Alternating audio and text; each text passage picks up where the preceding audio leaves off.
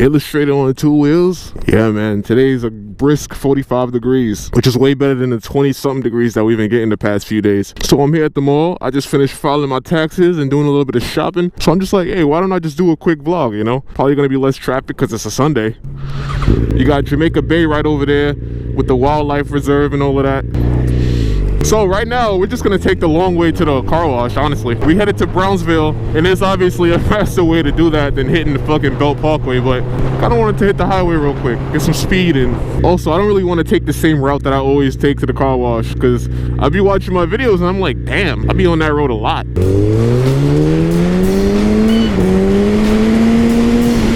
There's a notorious bump over here I gotta watch out for. There it is.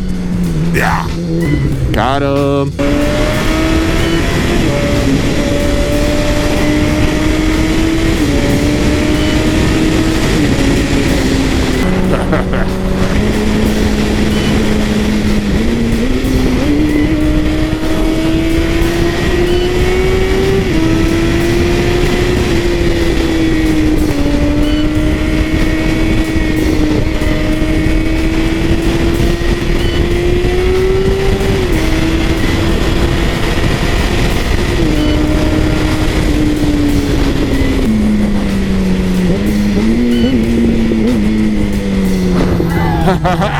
Woo!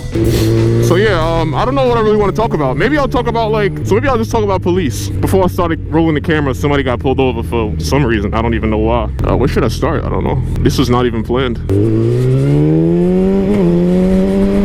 Ooh, I got a good story. I got a real good story. Kind of sad, but yeah, it's a good one. So there was this time where I almost got killed by the police. Like, let's not even beat around the bush. Like, they were ready to fucking shoot my ass. And the sad thing about the story is that I was like, how old was I when this happened? I had to be like, I couldn't be no older than like 13 when this happened. Like, I was definitely a little kid. So one day I was just out with my mother and my niece. So everything was all chill. Like, I was riding my bike because like back then, like all I wanted to do was ride my bicycle. This is obviously before. Oh, this traffic is gonna suck, isn't it? Yeah, because back then, all I wanted to do was ride my bicycle. Even if I was walking somewhere with somebody, it was like, all right, you walk, I'm gonna just ride beside you with my bicycle. Like, I was really fanatical like that. So I was on my bicycle, and my mother was just walking with my niece. So we're just riding around, whatever. I'm doing tricks and stuff. At one point, my mother and my niece, like, they want to go to the corner store. And, like, I have my bike, so obviously I can't take the bike in the corner store. So I'm just outside, like, you know, waiting around. And I'm like, fuck it, I'm just gonna like ride around the block while I wait for them, because I guess they were getting like deli sandwiches or something that was taking a long time, and I don't want to just leave the bike outside while I come inside, because that's how you get your shit stolen. So I'm like, all right, I'm just gonna ride around the block, whatever. I go up the block, you know, I get a message on my phone or whatever, and I have nothing else to do, so I might as well just check the message. So as I ride up, I stop between like 2 cars. Like, let's say I stop between this car and that car right there. Like, I stop in that space right there, that little space. It's important to note that I did that, all right? So I stop in there. I'm still sitting on the bike. I'm just on my phone, like I'm on my phone texting while I'm sitting on the bicycle. So I ain't think nothing of it, you know. I'm just sitting there, nothing serious. I don't have no bad intentions or nothing like that. I'm done texting, whatever, and I go back further down the block. I stop in front of this church. I'm on the sidewalk on the bike. That was weird. So I get on I stopped the bicycle. I'm on the sidewalk. Nothing too crazy about that, right? So while I'm on my phone, next thing you know, this fucking police cruiser pulls up, and like I'm like, okay, I didn't do anything. Like, all I am is a little kid riding my bike. Like, I didn't do shit. So I'm not even worried about it. So next thing you know, homie jumps out and he starts like, he points at me, and like he's like putting his hand out like that.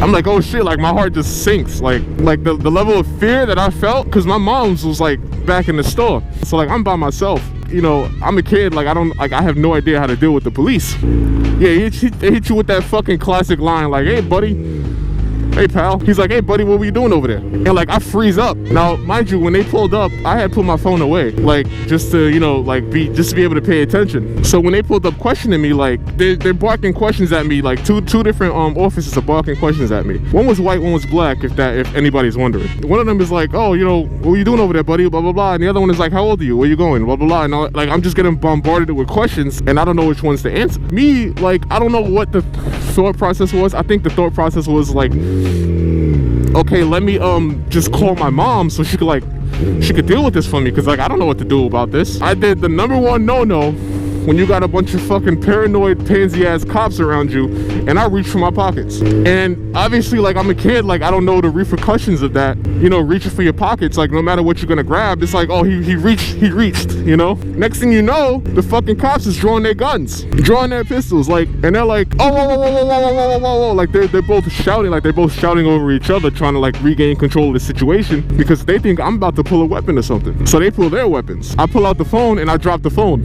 and then I freeze up even more. So like at that point, like I could barely even speak. Like I couldn't even find the words in the moment. Like what they want to know, I couldn't even like speak it because I was so fucking scared. They put the guns away, and then they walk up to me. One of them, like, he walks up to me, he puts his hands on my shoulder, and he re-asks, where you going? What were you doing behind the cars and stuff? And like he has his hands on my shoulder, and I freeze up. And I have no idea what to tell this man. I was just like, nothing. But I was like, I was short of breath at that point. They're both like, you all right, man? Like, what's going on? Like, you all right? My mother actually walks up with my niece. So she's like, you know, what the fuck? Because my mother doesn't take shit. Like, she'll give a cop shit if she has to.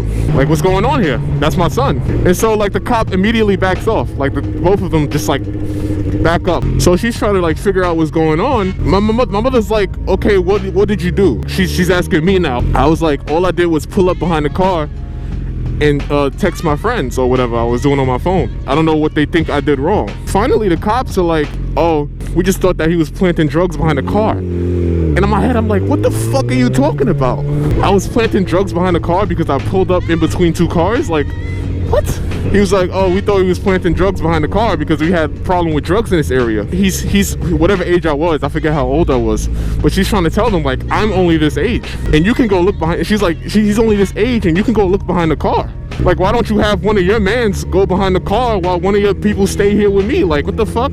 I planted drugs, go take a look, dickhead. So yeah, they're like, oh, we had to check because, you know, there's been a problem with drugs in this area, blah, blah, blah, blah, blah, blah. And it's like, all right, whatever, but like, how the fuck, like, why would you handle a situation like that? So after she's like assuring them, you know, he's not that type of kid.